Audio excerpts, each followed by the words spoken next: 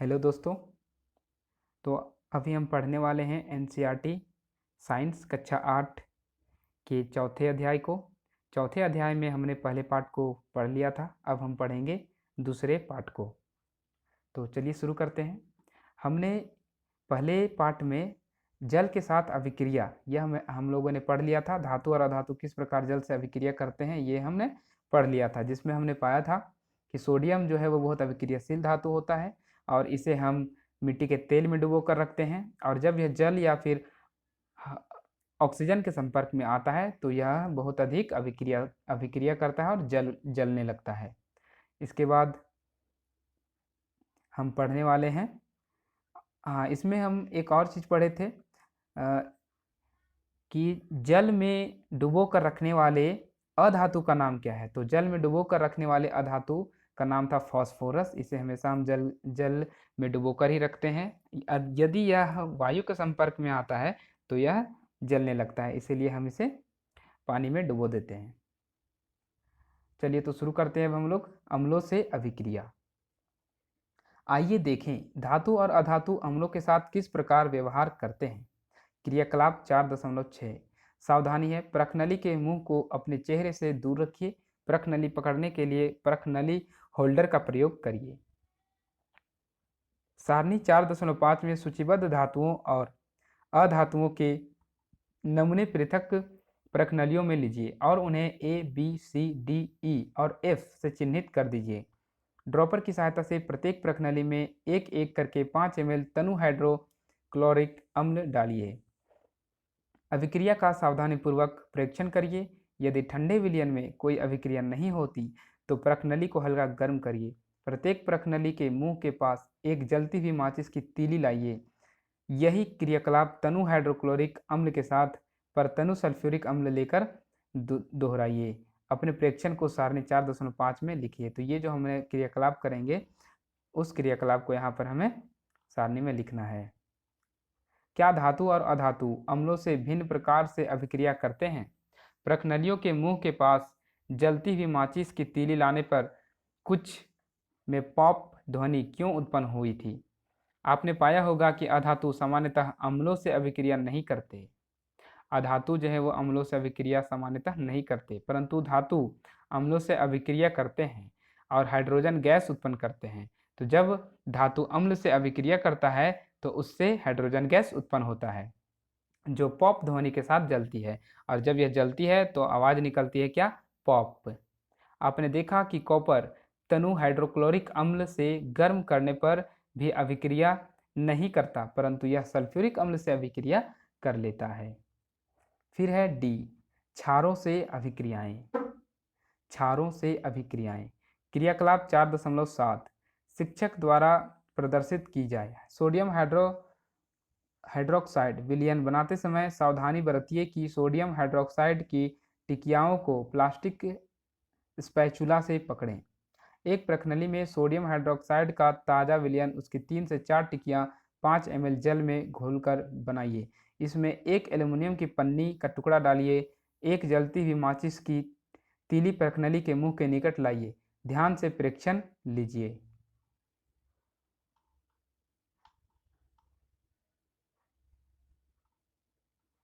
Pop ध्वनि क्या दर्शाती है। पहले की तरह पॉप ध्वनि हाइड्रोजन गैस की उपस्थिति दर्शाती है, अर्थात जहाँ पर हाइड्रोजन गैस उपस्थित होगा वहाँ पर पॉप ध्वनि हमें सुनाई देगी। धातु सोडियम हाइड्रोक्साइड से अभिक्रिया कर हाइड्रोजन गैस उत्पन्न करते हैं। अधातुओं की क्षारों से अभिक्रियाएं जटिल हैं।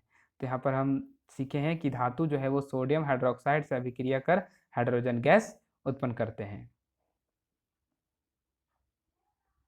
फिर ई है विस्थापन अभिक्रियाएं। कॉपर सल्फेट और आयरन के मध्य अभिक्रिया वाले क्रियाकलाप को याद करिए जो आपने कक्षा 7 में किया था। आइए उस प्रकार की कुछ और अभिक्रियाओं को देखें। क्रियाकलाप 4.8 100 मिलीलीटर के 5 बीकर लीजिए। उन्हें ए बी सी डी और ई चिन्हित कर दीजिए। प्रत्येक बीकर में लगभग 50 ml जल लीजिए। प्रत्येक बीकर में चित्र 4.6 ए में दर्शाए पदार्थों में से प्रत्येक का 1 चम्मच डालकर घोल लीजिए। ए में यहाँ दर्शाया गया है, इसी तरह से सब में हमें घोल लेना है। 50 ml जल सभी में लेना है। और बीकर ए में कॉपर सल्फेट है CuSO4 और जिंक का टुकड़ा है। बीकर बी में कॉपर सल्फेट है प्लस जो लोहे की कील है। बीकर सी में जिंक सल्फेट है और तांबे की छीलन है। बीकर डी में आयरन सल्फेट है और तांबे की छीलन है। बीकर ई में जिंक सल्फेट है और साथ में लोहे की कील है। विस्थापन अभिक्रियाएं ए तथा बी जो है वो विस्थापन अभिक्रियाओं को प्रदर्शित करती है। बीकरों को बिना छेड़े कुछ समय तक रखा रहने दीजिए, मतलब कुछ भी बिना हिलाए डुलाए उसे हम जैसे के तैसे रख देंगे। अपने प्रेक्षणों को नोटबुक में रिकॉर्ड करिए और क्या परिवर्तन होता है उसका हम अपने नोटबुक में रिकॉर्ड करेंगे इस क्रियाकलाप को करने के बाद। चलिए अब आगे पढ़ते हैं हम लोग। आप विभिन्न बीकरों में क्या परिवर्तन देखते हैं? आपने पढ़ा है कि एक धातु दूसरे धातु को उसके यौगिक के जलीय विलयन से विस्थापित करता है। बीकर ए में जिंक कॉपर सल्फेट विलयन से कॉपर को विस्थापित करता है और इसलिए कॉपर सल्फेट का नीला रंग अदृश्य हो जाता है। मतलब कॉपर सल्फेट विलयन से कॉपर को विस्थापित कर देता है कौन? जिंक, जिसके कारण कॉपर सल्फेट का नीला रंग अदृश्य मतलब गायब हो जाता है और बीकर के पेंदे पर कॉपर का लाल चूर्ण जमा हो जाता है। अभिक्रिया को निम्न प्रकार से प्रदर्शित किया जा सकता है। Copper sulphate CuSO4 plus zinc Zn मिलकर बनाता है जिंक सल्फेट अर्थात ZnSO4 प्लस कॉपर Cu। सबसे पहले कॉपर सल्फेट नीला रंग का होता है, लेकिन जब जिंक के साथ अभिक्रिया कर लेता है तो जब जिंक सल्फेट का निर्माण होता है तो वह जिंक सल्फेट रंगहीन होता है और कॉपर लाल हो जाता है। आप इसी प्रकार बीकर बी में होने वाली अभिक्रिया को लिख सकते हैं। पहली बोलती है, मैंने बीकर ए और बी में होने वाली अभिक्रियाओं को समझ लिया है, परंतु मैं अभी भी भ्रमित हूँ कि बीकर सी, डी और ई में कोई परिवर्तन क्यों नहीं हुआ। इसका आंसर हम यहाँ देखेंगे। बीकर सी में जिंक का कॉपर द्वारा और बीकर ई में आयरन द्वारा विस्थापन हो सकता था। इसी प्रकार बीकर डी में आयरन का विस्थापन कॉपर द्वारा हो सकता था। क्योंकि हम बीकर सी में कोई परिवर्तन नहीं देखते, हम इस निष्कर्ष पर पहुंच सकते हैं कि कॉपर जिंक सल्फेट से जिंक को प्रतिस्थापित करने में सक्षम नहीं है। परंतु क्यों? जब बीकर ए में जिंक कॉपर को प्रतिस्थापित कर सकता है तो बीकर सी में कॉपर जिंक को प्रतिस्थापित क्यों नहीं कर सकता? याद रखिए, विज्ञान मनमाना नहीं होता, यह तथ्यों पर आधारित निश्चित नियमों का पालन करता है और यहाँ नियम यह है कि जिंक कॉपर और आयरन से अधिक अभिक्रियाशील है। तो इसका कारण क्या है? इतना हम पढ़े, उसका कारण यही था कि जिंक जो है वो कॉपर और आयरन से अधिक अभिक्रियाशील है, जिसके कारण से कोई भी परिवर्तन हमें नहीं दिखाई दिया। एक अधिक अभिक्रियाशील धातु कम अभिक्रियाशील धातु को विस्थापित कर सकता है, परंतु कम अभिक्रियाशील धातु अधिक अभिक्रियाशील धातु को प्रतिस्थापित नहीं कर सकता। अब आप समझ सकते हैं कि बीकर डी और ई में विस्थापन अभिक्रियाएं क्यों संपन्न नहीं हुई। क्या आप जिंक, आयरन और कॉपर के मध्य अधिक अभिक्रियाशीलता से कम अभिक्रियाशील धातु के क्रम का अनुमान लगा सकते हैं? 4.3 धातुओं और अधातुओं के उपयोग।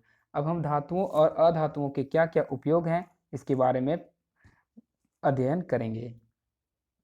आपको अनुमान लगाने में सक्षम होना चाहिए कि क्यों धातुओं का उपयोग मशीनें, मोटर गाड़ियां, वायुयान, रेलगाड़ियां, उपग्रह, औद्योगिक साजो सामान, खाना बनाने के पात्र, जल बॉयलर आदि के निर्माण में किया जाता है।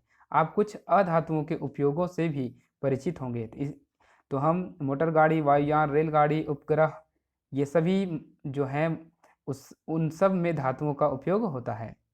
आप कुछ अधातुओं के उपयोग से भी परिचित होंगे। यहाँ कुछ रोचक उपयोग दिए जा रहे हैं, हमें विश्वास है कि आप उनका सही अनुमान लगा पाएंगे।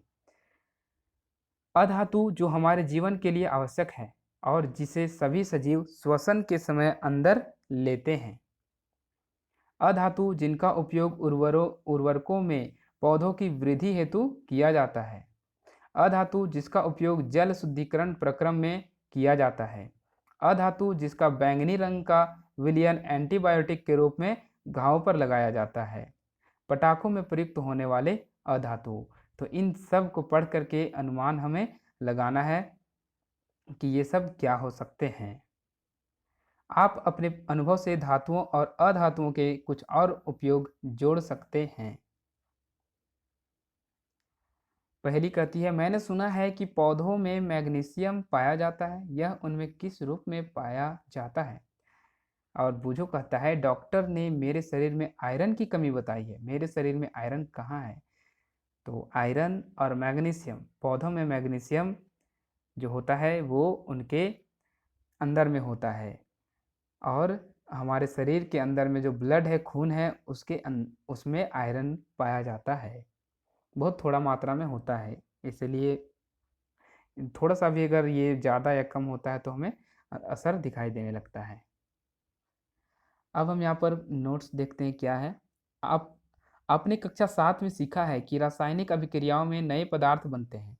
ये पदार्थ उन पदार्थों से भिन्न होते हैं जिनमें अभिक्रिया होती है। अब यदि कोई पदार्थ रासायनिक अभिक्रियाओं द्वारा ठंडा करके गर्म कर अथवा वैद्युत अपघटन द्वारा और अधिक विघटित नहीं किया जा सकता है तो वह तत्व कहलाता है।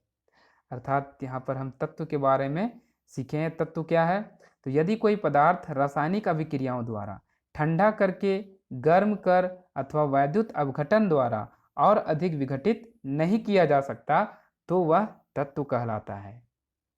सल्फर एक तत्व है, इसी प्रकार आयरन और कार्बन भी एक तत्व हैं।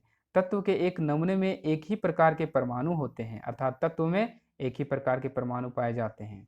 परमाणु तत्व की सबसे छोटी इकाई होता है। तो तत्व की सबसे छोटी इकाई क्या है? परमाणु है। तत्व के भौतिक परिवर्तनों में तत्व के परमाणु अप्रभावित रहते हैं। उदाहरण के लिए द्रव सल्फर का परमाणु पूर्ण रूप से ठोस अथवा वाष्प सल्फर के परमाणु के समान ही होता है, या वो द्रव हो या वो ठोस हो या वो वाष्प के रूप में हो, उनके परमाणु समान ही होते हैं। परमाणु को अंग्रेजी में हम एटम बोलते हैं। यद्यपि ब्रह्मांड में पदार्थों की असंख्य किस्में हैं, इन्हें बनाने वाले तत्वों की संख्या सीमित है। प्राकृतिक रूप से पाए जाने वाले तत्वों की संख्या 94 से अधिक नहीं है। मतलब प्राकृतिक रूप से जो तत्व पाए गए हैं उनकी संख्या है 94। धातुओं और अधातुओं के रूप में तत्वों का एक महत्वपूर्ण वर्गीकरण है। अधिकांश तत्व धातु हैं, शेष तत्व या तो अधातु हैं या उपधातु हैं। तो ज़्यादातर जो तत्व पाए गए हैं उनमें ज़्यादातर तत्व क्या है? धातु हैं, और बाकी के अधातु हैं और उपधातु हैं। उपधातु धातु और अधातु दोनों के गुण रखते हैं। तो उपधातु क्या होते हैं? जो जिनमें धातु के भी गुण होते हैं और अधातु के भी गुण होते हैं, अर्थात दोनों के गुण को सम्मिलित किए हुए रहते हैं ये, इसलिए इन्हें उपधातु कहते हैं। और इस तरह से हम इस पार्ट को भी खत्म कर चुके हैं। नोट्स, इसके इम्पोर्टेंट जो तथ्य हैं उनको और प्रश्नों को हम अलग से वीडियो बना देंगे, अलग से वीडियो बनाएंगे और आप इसमें जा कर के इसे देख लीजिएगा। चलिए फिर मिलते हैं हम लोग अध्याय 5 में। तब तक के लिए नमस्कार, बाय।